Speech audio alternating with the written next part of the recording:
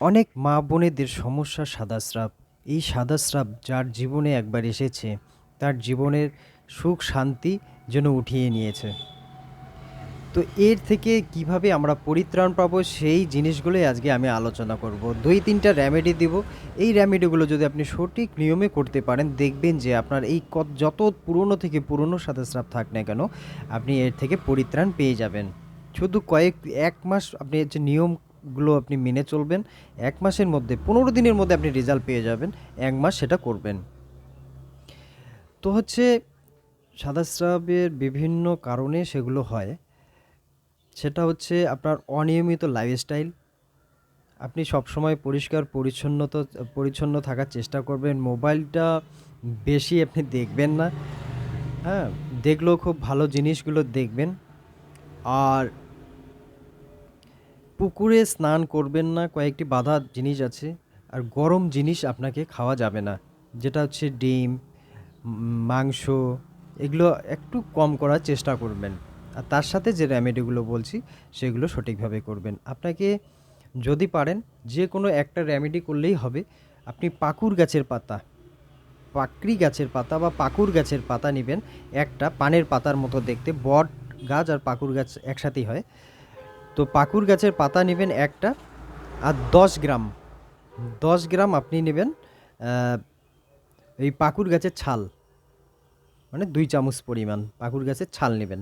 মোটামুটি ২-৩ ইঞ্চি উঠিয়ে নেবেন। সেটা কি করবেন, ২ কাপ জলের মধ্যে ফুটাতে ফুটাতে যখন ১ কাপ হবে, সেই জলটা আপনাকে কি করতে হবে, সকালবেলা খালি পেটে খেতে হবে। এটা যদি করতে পারেন, আপনার খুব দ্রুত গতিতে ১০ দিনের মধ্যে একটা ভালো রেজাল্ট চলে আসবে। আর সব সময় পরিষ্কার পরিচ্ছন্নতা থাকার একটা চেষ্টা করবেন। আর আপনাকে দ্বিতীয় নাম্বার বলছি, ২টা ছোট এলাচ আপনি কি করবেন,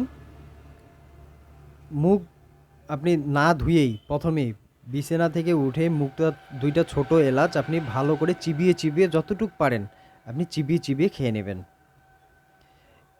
এই কাজটা করবেন। আর যেটা আমি রেমেডিটার কথা বললাম ওই রেমেডিটা করবেন, এই ২টা করবেন। আর যদি কারো পুরাতন থেকে পুরাতন একদম আপনার কোনো কমছেই না, পুরাতন হয়ে গেছে, তাহলে আপনাকে একটা আমলকি একটা আমলকি আপনি নেবেন। আমলকিটা একটু থেতো করে নেবেন, সেখানে মধু মিশ্রণ করে এটা সন্ধ্যার সময় আপনি প্রতিনিয়ত ১০ দিন বা ১৫ দিন করেন। প্রতিনিয়ত এই মধু মিশ্রিত আমলকিটা আপনি ভালো করে খেয়ে নেবেন। থেতো করে আপনি হচ্ছে সেটা খেয়ে নেবেন। এই জিনিসগুলো যদি আপনারা করতে পারেন, যত বড় পুরাতন থেকে পুরাতন যাদের বেশি আছে এই ৩টা রেমেডি করবেন, যাদের কম আছে যে কোনো একটা করলেই হবে। তো এগুলো যদি করতে পারেন, তাহলে আপনার ১০ দিনের মধ্যেই, আমি মনে করি ১০ দিনের মধ্যেই আপনার হচ্ছে সাদা সিরাপটা ঠিক হয়ে যাবে। কিন্তু ১ মাস করবেন, তাহলে আপনার আর হবে না। তো সাদা স্রাব হলে বিভিন্ন রকম সমস্যা আপনার শরীরে হতে পারে। কালো দাগ হতে পারে, মুখে ব্রণ হতে পারে, বিভিন্ন, এটা হরমোন ইমব্যালেন্স থেকে হতে পারে। তো ১ মাস পর আপনি একটা কাজ করবেন, প্রতিদিন রাত্রে ১ চামচ আপনি হচ্ছে মেথি দানা ভিজিয়ে রাখবেন। এটা করার পর ১ মাস করে ফেললেন, তারপরে রাত্রে ১ চামচ মেথি দানা ১ গ্লাস জলের মধ্যে ভিজিয়ে রাখবেন। সকালবেলা সেইটা খাবেন খালি পেটে। মেথি দানাটা খাবেন না।